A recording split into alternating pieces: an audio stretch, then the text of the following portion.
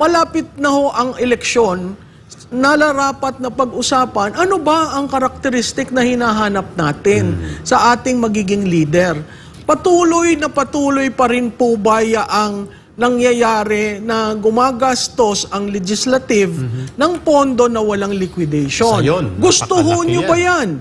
Pangalawa, patuloy ba ho tayo sa leader na weak? Itong administrasyon na ito, weak. Hindi mo nga siya nararamdaman eh. Kaya ang daming nagde-decide para sa kanya. Mukhang lulong sa droga ito.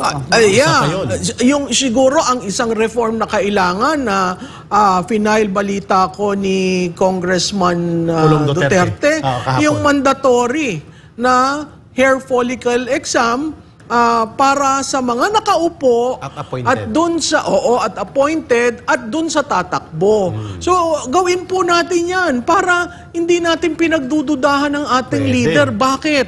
Kasi ngayon ho ang bali-balita lamang na gumagamit ng illegal drug, ng cocaine, no?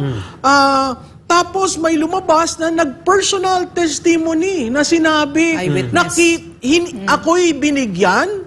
Biro mo, apart from the president, you have the first lady. Asawa niya mismo ang... Then in another interview, nakita may 2 anak.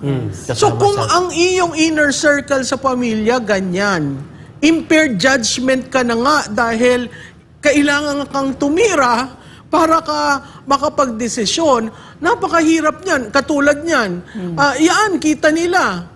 Hindi naman tayo ang gumawa niyan. RTVM ang nag-shoot dyan. This was April 9 only. At araw ng kagitingan, Eric. Kaya sabi ko, ano ba naman ito? Kita mo, galit sila, pero wala silang sinasabi. Powder talaga, Mamalo. Hindi siya pulbo. Hindi naman nagpo-pulbo ito. Ayan, powder talaga. So, ikaw, sabi ko nga, nung pinanood ko yan, sabi ko, tama ba ang nakikita ko? Pinapahiya ba ng RTVM itong Pangulong ito? Kasi usually yan, alam mo yan, Lorraine, di ba? Inaayos mo bago humarap. Pero wala kaming ganyang problema kay PRR. Kasi hindi siya drawista. Kaya, not on that level. Di ba, buhok-buhok lang. Nakakalungkot yan kasi, alam mo, yung decision-making process niya is impaired. At pag impaired ang judgment, delikado. Sunod-sunod yan. Tayo'y magkakagera. Impaired judgment. Tayo ay walang pakialam sa droga. Impaired judgment. Tayo ay walang pakialam sa ginagawa sa Davao City. Impaired judgment. Tayo ay walang pakialam sa KOJC na halos bastusin at ilugmok na. KOJC. Tayo ay walang pakialam sa isang media. Isang media na tumatayo. SMNI na lang yung tumatayo eh. Sabi nga nung iba kong mga... sabi nung iba kong mga kaibigan sa media, bakit daw naman ganun? Ba't daw ako appear sa SMNI? Simple lang ho yun. Sila nagsasalita eh. Kung magsalita kayo, a-appear ako sa inyo. Diba? Parang manunood ba tayo? Nakalimutan ka. Ano? Yung kinukonsinti at pinapalakpakan mo, nangungurakot at ginagamit na ayuda ang pondo ng gobyerno para mamili ng taong bayan. Ano yun? Hayagang pangungurakot. Impaired judgment yun kasi with blessing ng presidente. Correct. And shamelessness. Di ba nakakapagtaka? Dati ako nasa gobyerno, merong notice of cash allocation, papel po yun.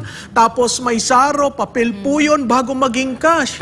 Ako'y nagugulat ngayon ang dala-dala na bag ay puros cash. Puro cash na. Ay, paano ho yun? I have a theory, Malu, Eric, mga kababayan. Sige, ma'am. History repeats itself. Di ba talagang umuulit talaga ang kasaysayan sa buong ng buong sangkatauhan yan. At bakit siya umuulit? Umuulit siya, ang sabi ng mga ancient, ng mga nag-iisip ng ganito, mga philosophers, umuulit siya kasi binibigyan tayo ng pagkakataon na matuto, na baguhin. So it's called the redemptive art. So ang ganda dito, napakaganda dito para sa akin, dito sa pag-uulit ng Marcos na ito. Ang bait talaga ng universe kasi parehong pangalan, Ferdinand Marcos Jr.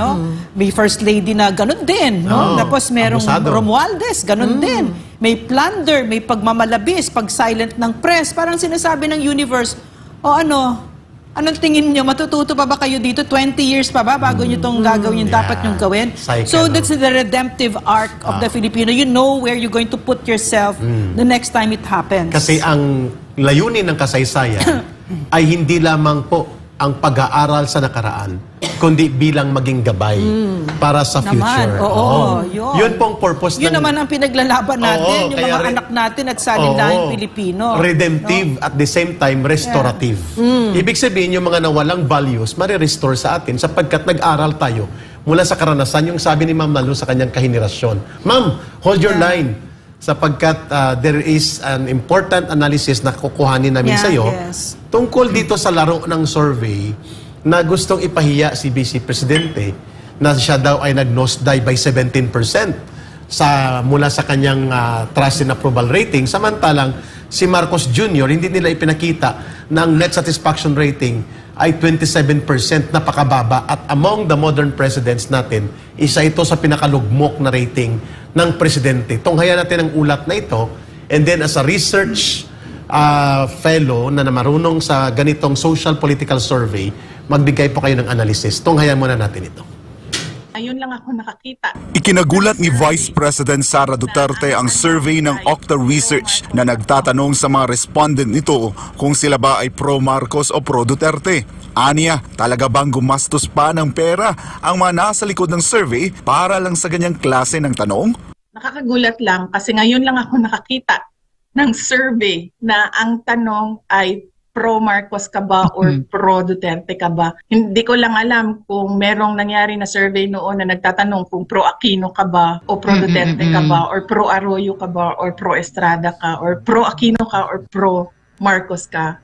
Hindi ko pa narinig na merong ganyan na nangyari at ginawang survey.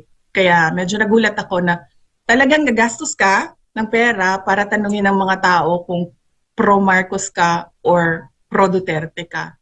Para kay Vice President Sara, ito dapat ang itinanong ng Okta.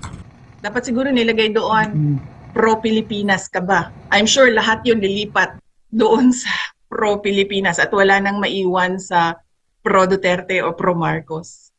Dagdag pa ng pangalawang Pangulo, hindi naman mahirap na malaman ang tunay na motibo sa likod ng nasabing survey at yan ay para manatili sa kapangyarihan.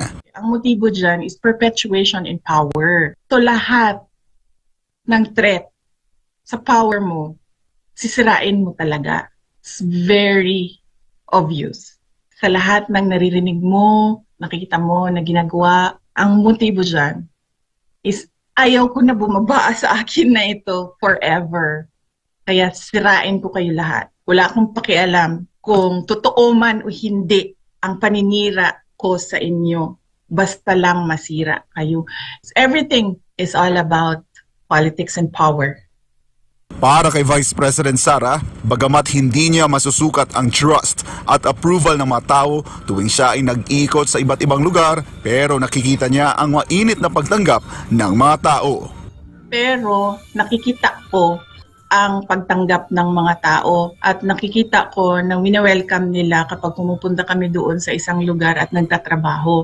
Kasi yun ang gusto nating lahat. Nakikita na nagtatrabaho yung ating mga opisyal sa gobyerno at nararamdaman ng tao yung trabaho ng gobyerno. Ayun. Professor Malutikia, Ma'am Lorraine, malinaw pong binabanggit ni Inday Sara na ginamit itong isang survey para magkaroon ng parang political bickering survey. Kung ano bang antas ng kagustuhan ng mga tao between Marcos and Duterte. Pero pinuna niya ito sapagkat sabi niya, hindi nakakatulong sa mamamayan ang sobrang laro ng politika upang ito ay makapagsulong ng mabuting pamamahala at nararamdaman na mga programang nakakabenepisyo sa taong bayan sapagkat the survey does not reflect kung ano ang tamang pamamahala at anong hinahanap ng mamamayan sa pamahalaan. Yun ang kanyang isang pagpuna, Mamalo. Well, alam mo, Kay Eric, ang survey kasi is a snapshot of a point in time. Okay. So, kailangan nating malaman kailan ba ginawa yung survey. Kung ginawa yan ng June at linabas ng August, ang tawag ho yan sa industriya, panis. Panis. Bakit ho? Stale result. Kasi it is true at that point in time. So kung kunyari, June ginawa, Hunyo, totoo nung Hunyo. Pero yan po ay ibang-iba naman sa ground. Yun. Ang survey guides. Hindi ho siya conclusive. Hindi siya dahil yun ang resulta, yun na talaga. Hindi ho. Kaya nga ho may survey at may eleksyon. Ang eleksyon, mandato ng tao, bumoto. Bumoto. Ito random ang pagpili. So hindi 65 million ang ENIA, ang sample size, yun ang universe, kumukuha lang ng 1,500, ng 2,000. Pangalawa ho, napaka-importante sa survey ang framing ng tanong. Paano ba ginawa yung tanong, no? So hindi ka naglalagay ng bias sa tanong kasi pag nakita niya, kung ako yung loyalist, nakita ko yung salitang Marcos, ititik ko yun. Yeah, siyempre. Kasi nag-introduce ka ng bias. But it does not follow na yun ang governance Hindi. interest mo. Oo. Ibig sabihin, katulad nun, pinakita sa atin yung tanong, yung pro-Marcos, actually ginawa namin yan sa pahayag, pero ang aming term, pro-administration, pro-opposition. Bakit ho? Tinitingnan ho namin yung bang bumoto noon na andun pa ba o lumipat na sa undecided. Sa amin hong pahayag second quarter, lumalaki ho yung undecided from the pro-administration. Meaning, yung bumoto sa akin, pumupunta na sa gitna. Sa opposition rin, ganon. Kaunti ang opposition, pero pumupunta na rin sa gitna. Bakit hindi nag-cross? Kasi hindi nila alam kung sino ang opposition. Ayun. Pero dito, ninay mo pro-Marcos, pro-Duterte. That's already a bias. Bias question. Oo. So, hindi ko alam kung paano na-allow yung tanong na yan. Kasi talagang tinatanong mo sila kung dito ka ba o dito.